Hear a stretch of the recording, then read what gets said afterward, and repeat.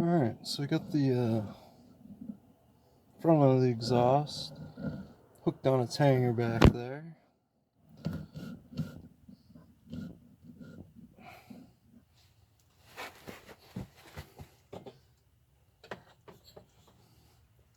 Okay, got our gaskets in place. Now we can just kind of work this up in here.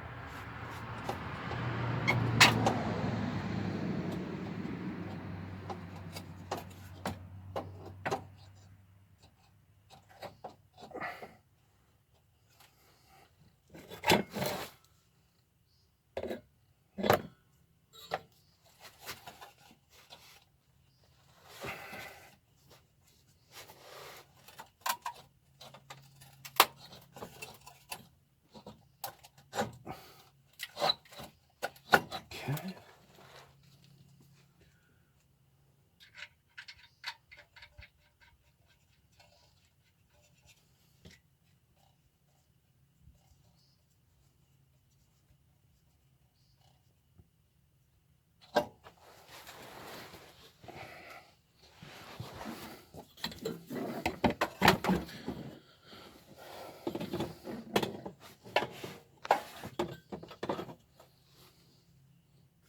Now we'll get our nuts on here, and then we'll get the front and the rear all tuned up and re-secured. Alright, now that we have our exhaust all reassembled, we can move topside. Alright, have both of the O2 sensors reconnected. You got one here, and you got one down here underneath this connector. They're both different, so you can't really mix them up. That's that. Now we can go ahead and get our rear engine mount.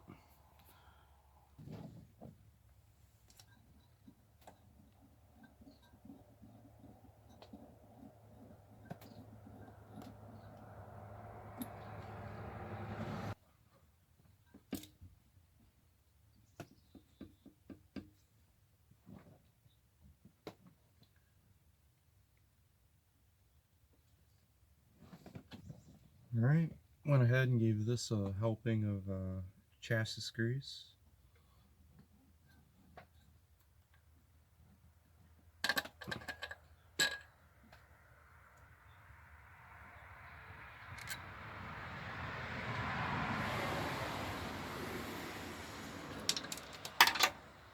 Oop, gotta go find that. Alright, so after you find your nut buried in some dark hole somewhere, go ahead and get her on there.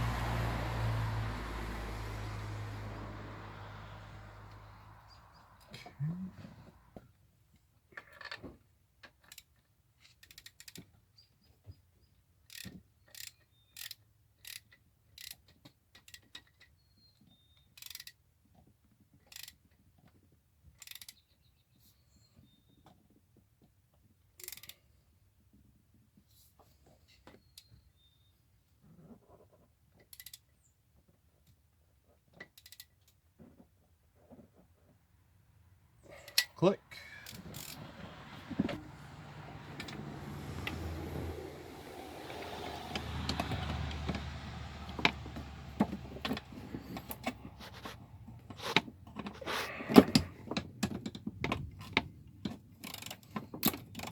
Okay, now the back bolt.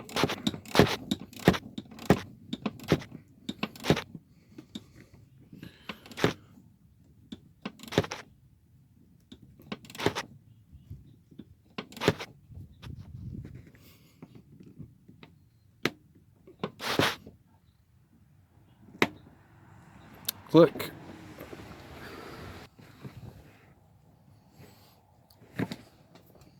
Alright, on to the intake.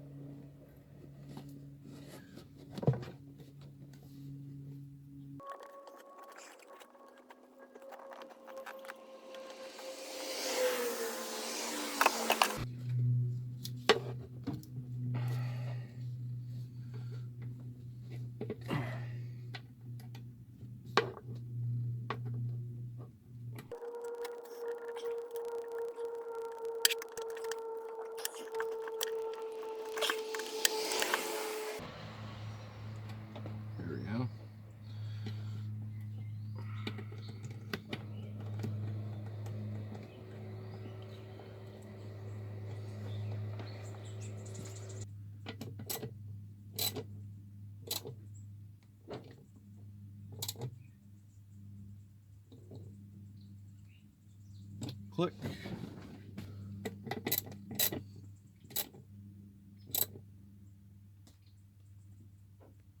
Click.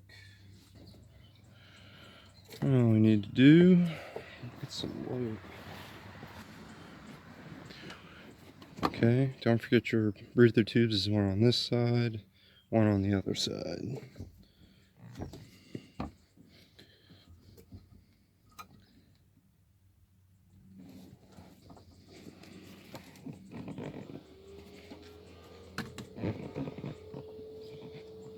Okay.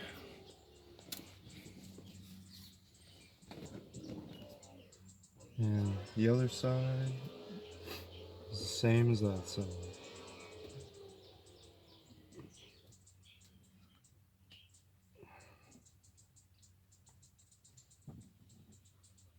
Okay.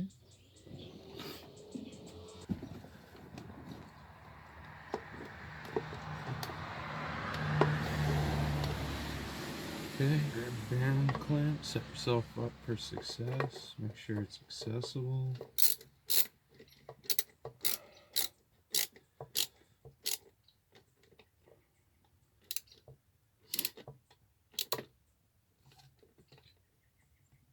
There we go.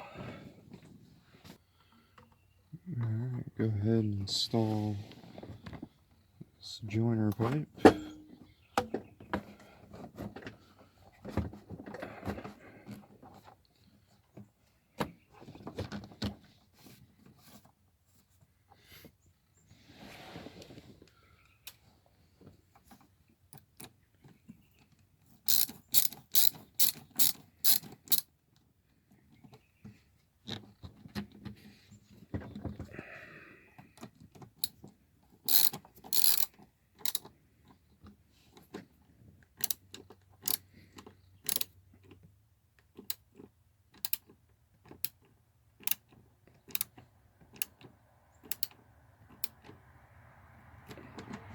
Okay.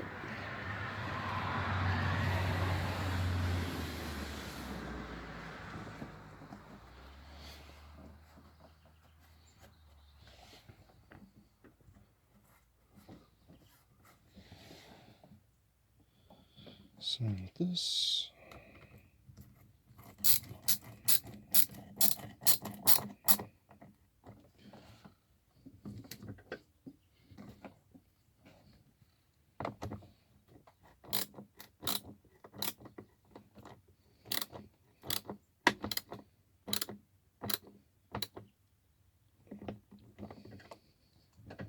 There we go. Alright, last part.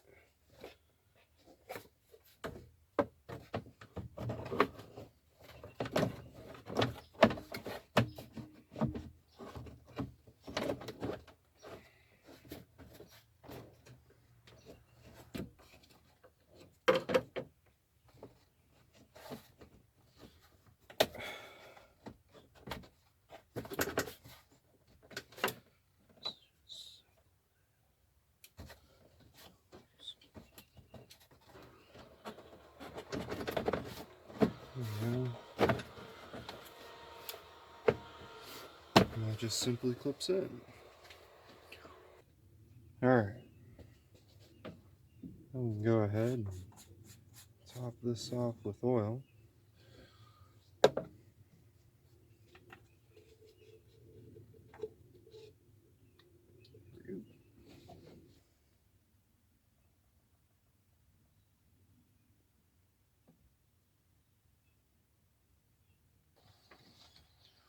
Alright, so we're topped off with oil. Gone ahead and rehooked up the battery. And because this engine hasn't been run with oil for a little while, went ahead and pulled the fuel pump fuse. And we'll give it a few cycles to get the engine lubricated, and then we'll put this back in, and then we'll cycle the engine under its own power. So let's go ahead and do that. This is also a good method if you're ever going to work on your fuel system. You want to depressurize it, just kill the power to the fuel pump, cycle the engine, and then it'll relieve the residual pressure in the system.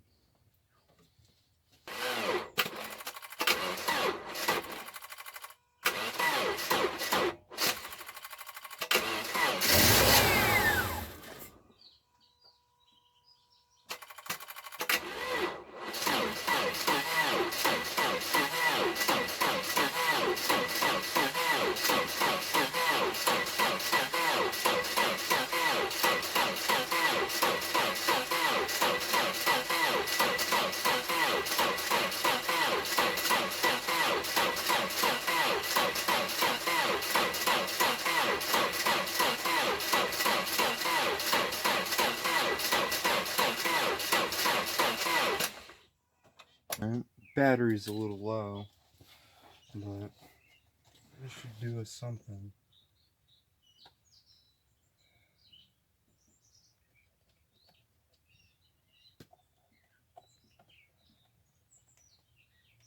Alright, fuse back in.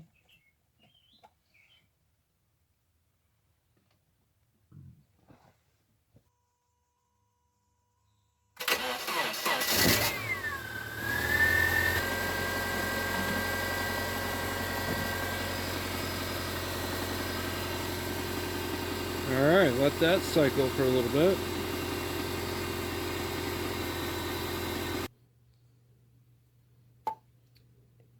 There we have it. An expensive oil change. You can avoid an expense such as this by regularly inspecting or having someone inspect the undercarriage condition of your conveyance, and to have anti-corrosion applied to all surfaces and components regularly. You know, bolt and nut heads, you know, plugs such as these, control arms, engine cradles, everything, sway bar links, you know, because when this stuff